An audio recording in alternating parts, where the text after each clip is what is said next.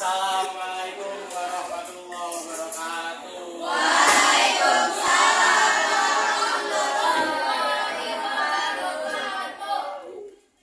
Ini pada masuk semua nih.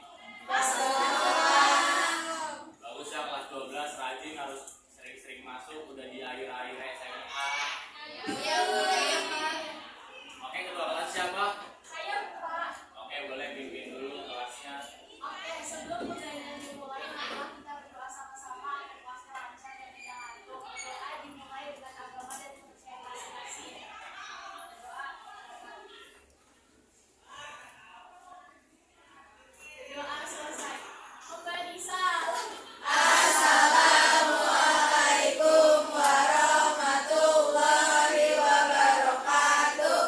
Waalaikumsalam warahmatullahi wabarakatuh. Oke, sebelum kita masuk ke materi, saya mau nanya, di sini siapa yang masih suka sering nongkrong?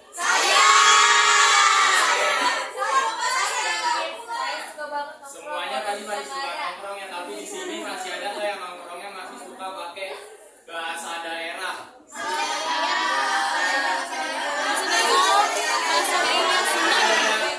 Rata-rata sekarang udah pakai gua bahasa Jaksel, bahasa Ayu. Nah, sekarang apa sih keterkaitannya sama materi kita hari ini? Ada yang masih ingat nggak materi minggu sebelumnya kita belajar tentang apa? Oke, nah sekarang bagus keren. Sekarang kita masuk ke materi hari ini. Kearifan lokal di tengah globalisasi. Nah, sebelumnya kita tahu dulu nih tujuan pembelajaran kita. Ada yang mau bacain nggak? Oke, boleh Sadir. Pelajaran kita sekarang adalah ada pertukaran penyebab hilangnya budaya asli akibat globalisasi. Yang kedua, kembalikan kondisi eksistensi kearifan lokal masa lalu versus sekarang. Yang ketiga ada mengamati fenomena lundurnya tradisi lokal secara teliti di kehidupan nyata. Yang keempat ada menjelaskan dampak nyata arus globalisasi terhadap ketahanan budaya kita. Yang kelima ada menilai faktor internal dan eksternal yang mengancam eksistensi ada. Merumuskan langkah rekontekstualisasi budaya bagi generasi muda.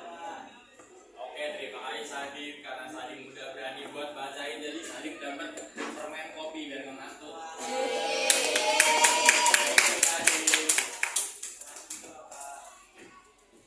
Nah, selanjutnya ada materi tentang globalisasi.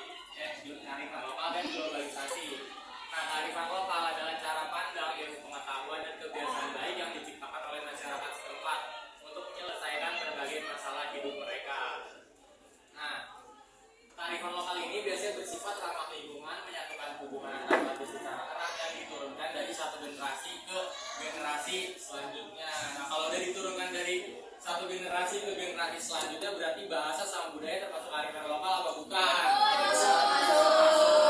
selanjutnya ada globalisasi.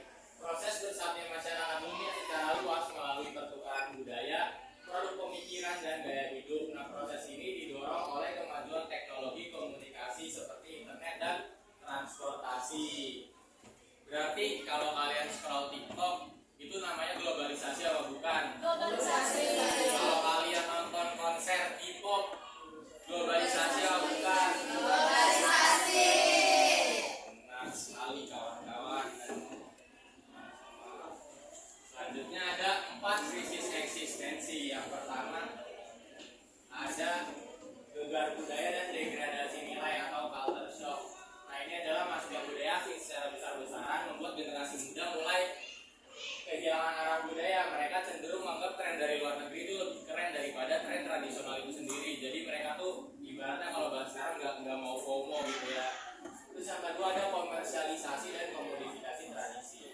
Untuk memenuhi kebutuhan pasar global dan industri pariwisata, banyak ritual sakral atau tradisi lokal kini mengalami pergeseran makna. Nah, nilai spiritual dan nilai luhur ini di dalamnya sering kali dikorbankan, sehingga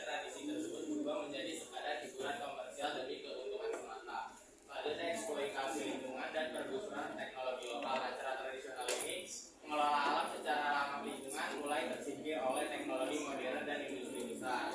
Akibatnya fokus pengelolaan juga menjadi hanya mengajar keuntungan materi dalam jangka pendek. Selanjutnya yang terakhir ada krisis regenerasi pengetahuan lokal. Berbagai kearifan lokal seperti pengobatan tradisional, menekun kuno dan tani organik makin jarang diwariskan ke generasi muda. Nah, penyebabnya pekerjaan di bidang-bidang tersebut mulai ditinggalkan. Makanya generasi sekarang tuh udah jarang kan. Kalian kan waktu itu kemarin ada field trip ya ke Mandalawangi. Kalian waktu itu ada anak bimbingan saya ngewawancara petani. Nah, dia tuh ngewawancara, Bu, anaknya masih ada nggak yang mau kerja nerusin ibu jadi petani? Nah, rata-rata mereka tuh anak-anaknya udah nggak mau nerusin pekerjaan orang tuanya karena merasa pekerjaan petani tuh udah gak worth it lah di zaman sekarang. Nah, sebelumnya saya mau nanya lagi, ada nggak yang mau ngasih contoh salah satu contoh dari 4 krisis eksistensi ini? Boleh, Zara.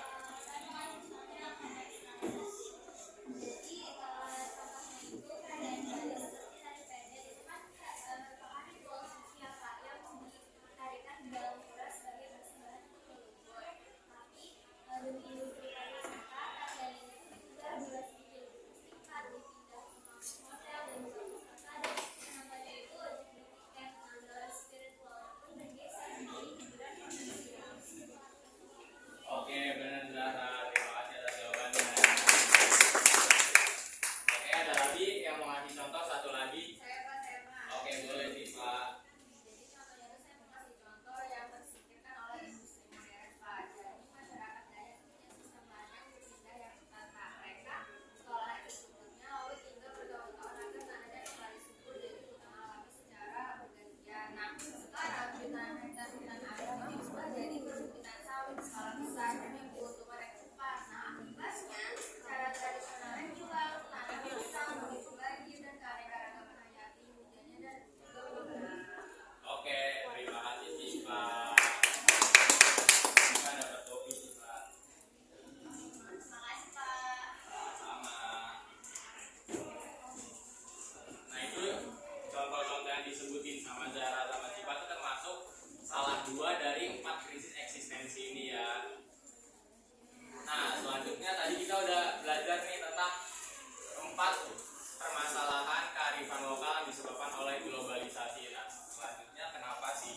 Gimana sih proses pudarnya kearifan lokal itu sendiri? Nah, yang pertama ada infiltrasi budaya global. Itu melalui internet, televisi, media sosial, dan lain-lain. Yang kedua ada marginalisasi tradisi. Masyarakat mulai membandingkan efektivitas teknologi modern dengan cara tradisional. Jadi itu masyarakat tuh mulai ngebanding-bandingin kayak tren luar negeri, tren western gitu lebih oke daripada tren tradisional. Terus yang ketiga ada goncangan sosial, ikatan sosial berbasis kearifan lokal seperti gotong royong mulai melemah karena masyarakat dituntut bergerak cepat dan individualis demi tuntutan ekonomi modern.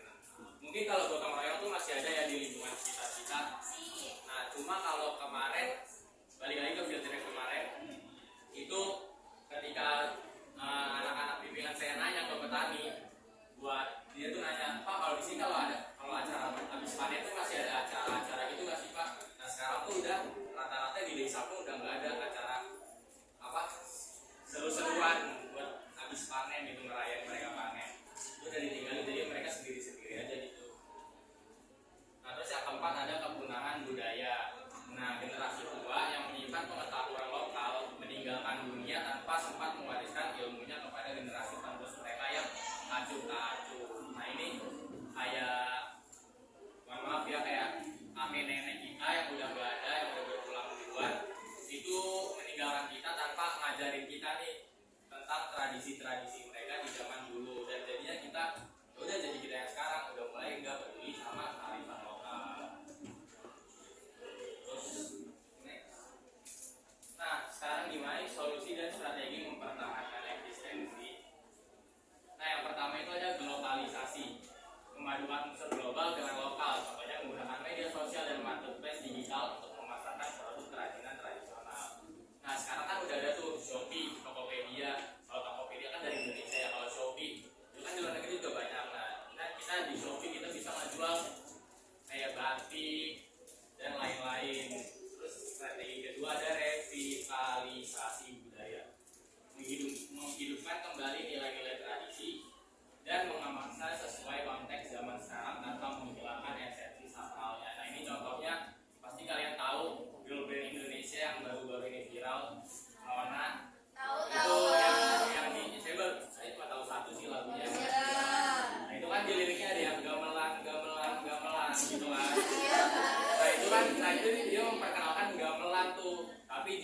pakai juga Mama sesuai konteks zaman sekarang.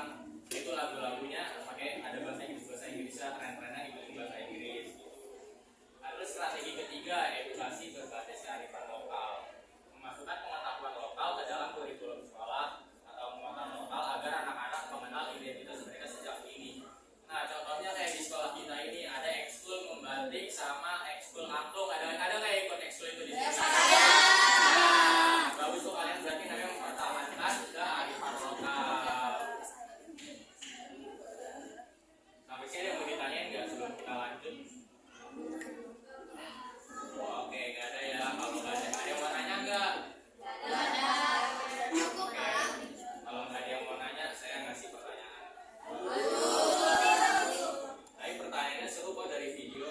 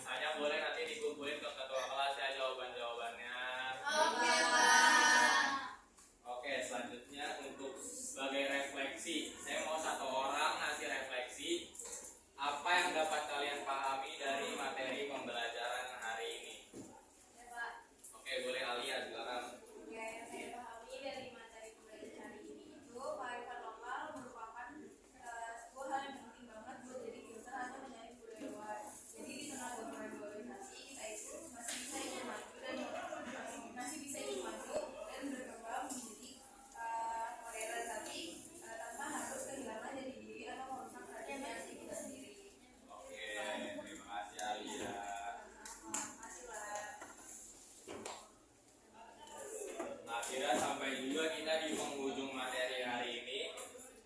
Saya ucapkan terima kasih kepada teman-teman semua yang udah aktif, yang udah ngedengerin, yang udah nyimak materi pada hari ini. Wejangan dari saya, kalian harus sering-sering masuk karena ini akhir SMA kalian, dan buat kalian yang pengen masuk ke PTN atau gak usah kalian keluar negeri ya, kuliahnya di luar negeri,